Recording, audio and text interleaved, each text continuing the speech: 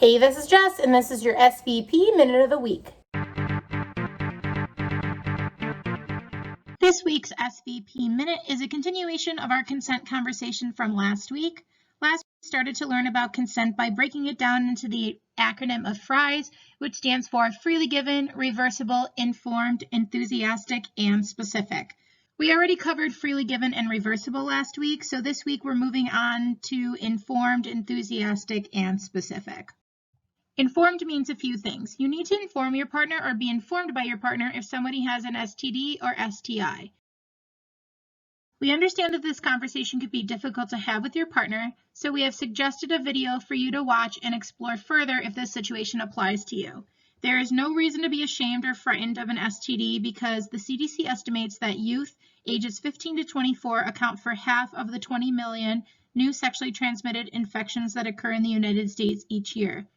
The top 3 most commonly reported STIs are chlamydia, gonorrhea, and syphilis, and 80% of sexually active people will have an HPV infection at some point in their lifetime. About 1 in 8 people aged 14 to 49 in the US has genital herpes, and close to 90% don't even know that they have that infection. Lastly, according to the CDC, 1.1 million people in the US are living with HIV, and 1 in 7 don't know it. This is all to say that STDs and STIs are more common than you think, and we need to do our part in reducing our risk and the spread of STDs and STIs. The best way to do this is 1, use safer sex practices, and the second is to get tested regularly so that you can receive early detection and treatment remedies if you were to need any. Not all STDs and STIs show obvious symptoms, so it is imperative that you make regular testing part of your routine if you are a sexually active person. We would also like to point out that being sexually active encompasses all forms of sexual experiences from anal, vaginal, and oral penetration with any makeup of sexual partners, sexualities, and genders. Basically, anybody can be at risk for STDs and STIs, no matter who is involved in those sexual activities. When having these consent conversations with young people, we are not trying to frighten them about sex and STDs. It's more about aiding them in realizing that if they engage in sexual experiences, they need to be sexually responsible, and that includes thinking about, do they have the resources and means to access preventative and medical care for testing and even treatment? Some barriers for accessing services could be their age, transportation, money, or insurance. We want to support students in figuring out who their trusted adult would be if they needed someone to talk to, and finding out what resources and clinics are available in their area to support their sexual health. We challenge students to really think about these components now so they are prepared rather than during the heat of the moment or fearfully scrambling after a sexual act has already taken place. This kind of leads us into our second point of informed, which is that you get to make an informed choice to help your sexual health, and that can relate to forms of contraception, prevention, and protection. The informed component of consent is discussing and being heard on what your wants and needs are regarding safer sex practices, and that both partners are on the same page about that. Our third point is that there should not be any sneaky business or pressure in disregarding safer sex practices. For example, if someone says that they'll use a condom and then they don't, this is actually called stealthing and it's illegal. Or if someone says that they take a birth control pill and they actually don't, or they're not taking it consistently how it was prescribed to them, that is providing a false sense of security to that partner and could ultimately impact what they were giving as a consent. Moving on to enthusiastic, this is definitely what you would think it would be in regards to that it's an exciting, pleasurable, and enjoyable experience for all. This is because you, again, want to do something, not that you feel like you're expected to do that. Many people tie enthusiastic into the freely given, yes, which we covered for the F component of FRIES, and that is okay if you want to think of those together, but it is important that everybody is enjoying those sexual experiences that are going on. And we are going to move on to S, which is for specific. Specific means that we are fully aware of what people's sexual intents are. You have to be very careful in assuming that somebody knows what you wanted, or you assuming that it was okay to do something just because that person showed up there. An example I give is if you texted somebody to come through and Netflix and chill, and that person shows up to your house, there's a lot of different ways that that situation can go. And if you meant Netflix and chill in a hookup type of way, you cannot assume that that other person read between the lines and understood that that was what was going to happen. I mean, I'm not saying that it can't, but there needs to be further conversation and specificity on what's going on. There's also that thinking of, let me invite this person into my bedroom, and we go into the bedroom. That doesn't automatically mean that our clothes are coming off and sexual things are happening. Maybe you want me to see your Lego collection or look at your fish. There are a lot of other things that we can do in a bedroom that don't involve sexual activity. Another thing about specific is in the concept of hookups, which a hookup could mean something different for everybody.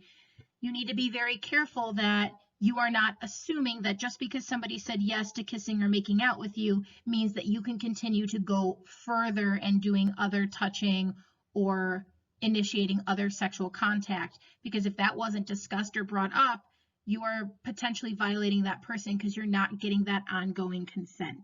The big takeaway is that we want everyone to know what is going to happen and what somebody's intentions are. Remember, we're not mind readers, so we need to communicate with our partners about what we want and what we don't want, and making sure that our partner is down for whatever we're trying to do.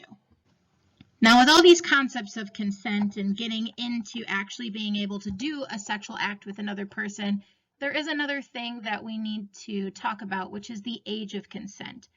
I often tell students that there are ages for everything. Ages for how old you have to be to drive a car or get a driver's license, how old you have to be to vote or buy lottery tickets, how old you have to be to go to a bar or consume substances.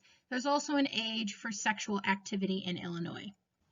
The age of consent in Illinois is 17 years old, except if the person who is engaging with the 17-year-old is in a position of power or authority. How I explain this is a 17-year-old should not be engaging in a sexual situation with a teacher or a sports coach or a mentor or their 20-year-old boss at their job. If you are 17, you can engage in a sexual experience with another consenting 17-year-old or older person who is of the same status as you, meaning there wouldn't be that opportunity for quid pro quo or blackmail or something like that. That's all in good faith. Obviously, those things can happen for adults as well, but this age of consent is really in place to protect minors and young people. Something else that young people don't realize is that the age of consent is different in every state.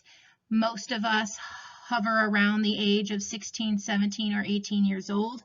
There are also some states who allow minors that are below the age of 17 to engage in a consensual sexual experience with another person who's under the age of 17. We call those Romeo and Juliet laws. And in Illinois, we do not have that law, so it is not legal for somebody who is under the age of 17 to do something sexual with somebody else who is also under the age of 17.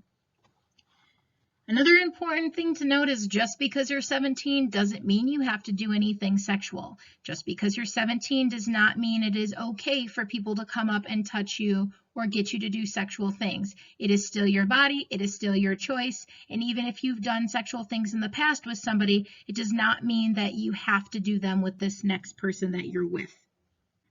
I also joke with this age of consent because most young people actually say the age of consent is 18 because we think that we are legally an adult when we're 18, which is true. However, whether you're 15, 18, 25, or 35, the components of FRIES, where it is freely given, reversible, informed, enthusiastic, and specific, are so important no matter our age.